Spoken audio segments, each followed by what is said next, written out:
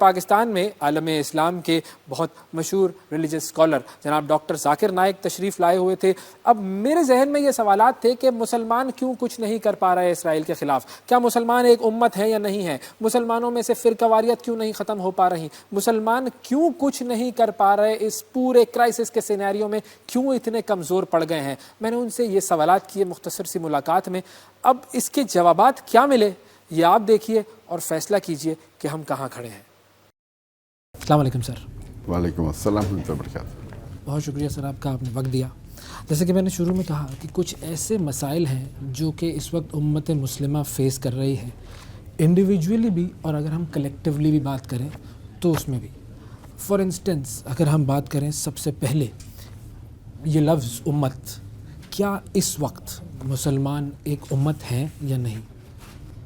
الحمدللہ والصلاة والسلام علی رسول اللہ وعلی آلہ وصحبہ اجمعین، اما بعد، اعوذ باللہ من الشیطان الرجیم، بسم اللہ الرحمن الرحیم، رب اشرح لی صدری ویسر لی امری واحلل عقدۃ من لسانی یفقہوا قولی۔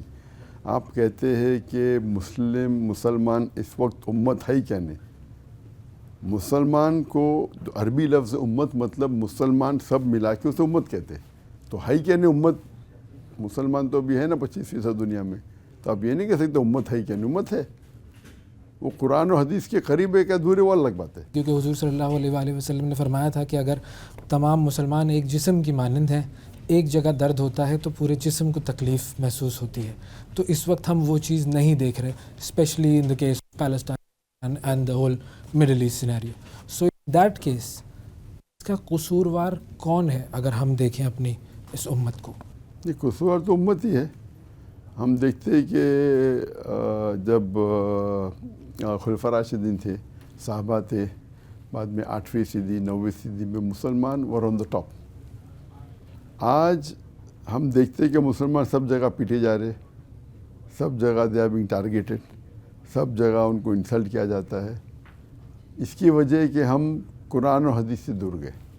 اگر ہم پھر سے قرآن و حدیث پہ عمل کریں گے تو انشاءاللہ we will be on top of the world.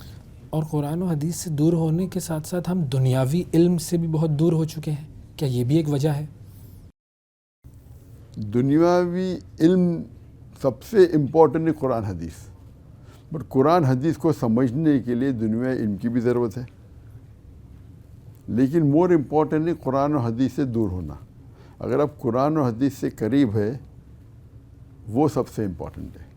اور قرآن حدیث کو جیسا میں نے کہا کہ قرآن میں بھی لکھا ہے کہ آپ علم حاصل کرو، تو وہ تو ریکوائرمنٹ ہے، لیکن جو پہلے گائیڈنس قرآن مجید میں دی گئی تھی، اللہ تعالیٰ نے انسانیت کو اقرا پڑھو، اکثر مسلمان نہیں پڑھتے، اور پورا گائیڈنس ہے کہ اقرا بسم ربک الذی خلق، پڑھو اللہ کے نام سے جو خالق ہے۔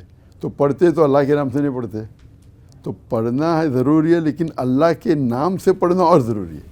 میں سمجھ نہیں پایا کہ اللہ کے نام سے پڑھنے کا مطلب کیا ہوگا؟ مطلب ہے وہ علم حاصل کرو جو آپ کو اللہ کے قریب لے کے جاتا ہے۔ اقرا بسم ربک الذی خلق، پڑھو اللہ کے نام سے، اللہ کے نام سے پڑھنا چاہیے۔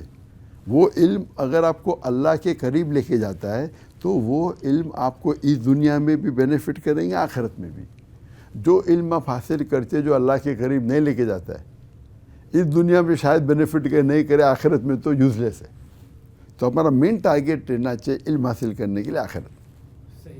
قرآن مجید فرماتے ہیں اگر آپ دنیا چاہیں گے اللہ دنیا دیں گا، آخرت نہیں دیں گا، آخرت چاہیں گے تو آخرت بھی دیں گا، دنیا بھی دیں گا۔ اچھا، اب اس سچویشن میں چونکہ ہم مڈل ایسٹ والی بات کر رہے تھے، ہمارے پاس مین پاور ہے، ہمارے پاس فورسز ہیں، سعودی عرب made an army of around 50 countries, Pakistan کی اتنی بڑی آرمی ہے، کیا ان کی کوئی رسپانسبلٹی ہے؟ ان کی رسپانسبلٹی ہے۔ اگر اللہ نے کچھ آپ کو فیسلٹی دی ہے، اگر کچھ ایبلٹی دی ہے، اور اگر آپ اس کو صحیح طریقے سے استعمال نہیں کریں گے تو آپ کی پوچھ تاچھ ہوئیں گی۔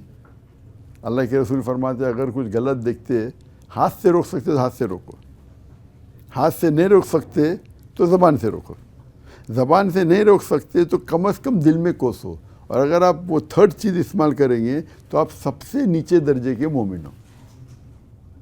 تو اگر اللہ نے قوت دی آپ کو ہاتھ سے روکنے کی، ہاتھ سے نہیں روک سکتے تو پکڑو ہی نہیں آپ کی۔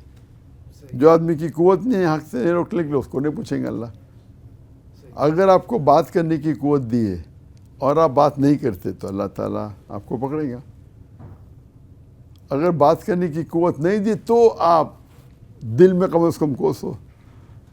ہم جو حالت دیکھ رہے دل میں کوسنا دور کی بات ہے، تعریف کر رہے دشمنوں کی.